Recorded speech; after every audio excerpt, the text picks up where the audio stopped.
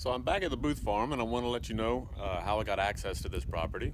I used to work with the lady up on the hill who owns this, as well as her daughter-in-law who lives over here at this next house.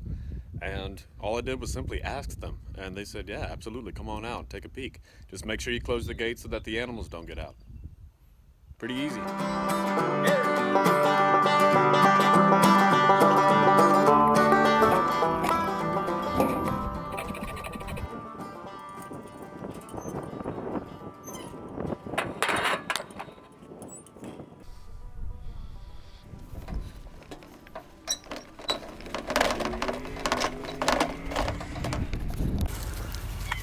Well, the goats got through. Because goats are jerks. You're a jerk. Hi.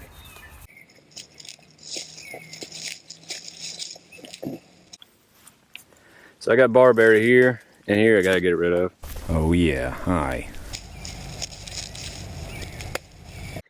Alright, now that most of the barberry's out of the way, see what some of this tree looks like from the inside.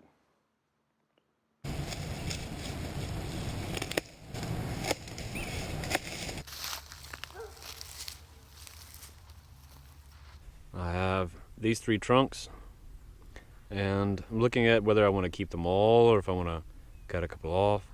What I'm seeing though is that this has the most interest with this line right here. This trunk has lots of interesting features coming down this way. I really actually kind of like that little elbow there, and it has kind of a chunky natural grown form. I guess the taper here, we're going from wide to a little bit smaller that way. These other two, you can see this one's straight as an arrow for a solid, I'd say 6 to 8 inches. It's about 8 inches. Again, you can see this guy is just straight. There's no curve. There's nothing very interesting about this guy. As far as from the bottom coming back up, there's nothing there that's really exciting. The excitement comes with this funky, sort of gnarly guy in here. Especially the way that bends down and comes to the little elbow that I was talking about. This is going to be a pretty cool piece, I think.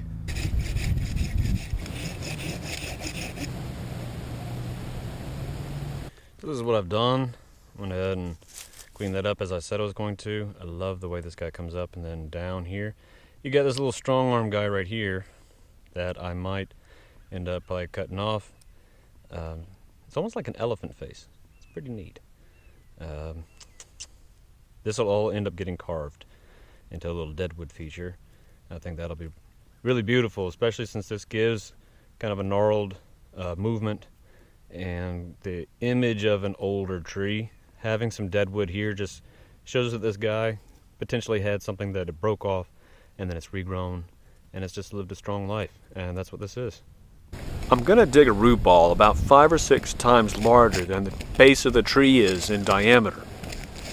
Don't use the shovel to hack away at large roots. Use a pruning saw or a pair of pruning shears in order to cut them. Thankfully, this field soil is nice and soft. When you've made it all the way around, come back 1 shovel width and do it again. This will allow you to create a trench around the tree. When you create a trench like this, it gives you access to the roots that you would not normally have. The more access you have to the roots, the easier your job will be. You have more room to maneuver a saw or a pair of pruning shears.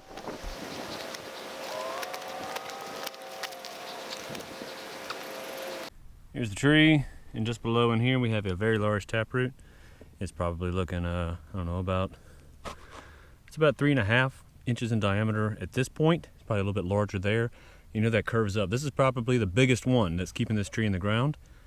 We've had a few smaller roots like this guy right here, which I was able to cut. There's a few more on the other side. And I think that once this is cut, most of this is going to be cake getting out of here.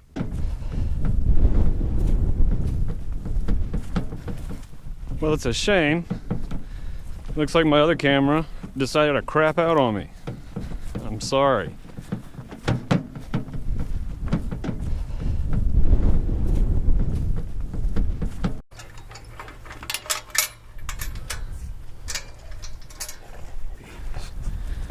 Bye.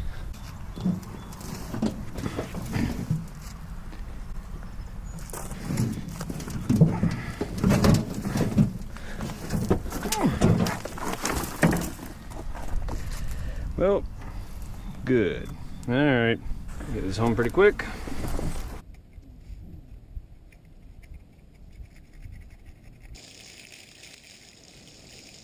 I'm making cuts to this root system. It's going to allow the tree to sit lower into the pot. It will also promote root growth at those cuts.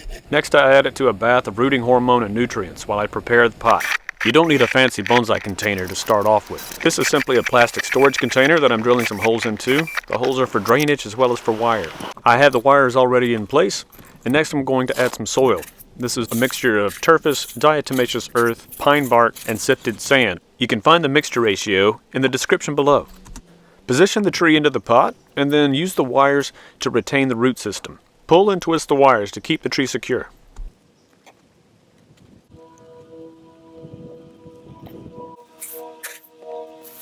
Add some of your soil mixture into the pot and work it into the root system with the chopstick. This newly collected root system does not have a lot of fine roots, so it's very easy to work it in. Work your chopstick up and down, wiggle it side to side, and start from the trunk and work your way outward.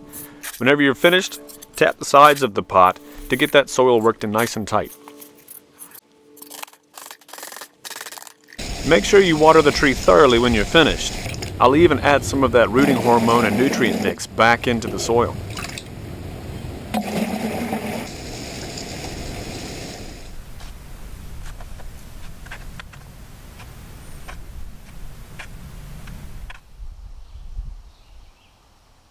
I hope you've enjoyed this video. Follow us on Instagram and Facebook. Like and subscribe because there's more to come. Thanks for watching.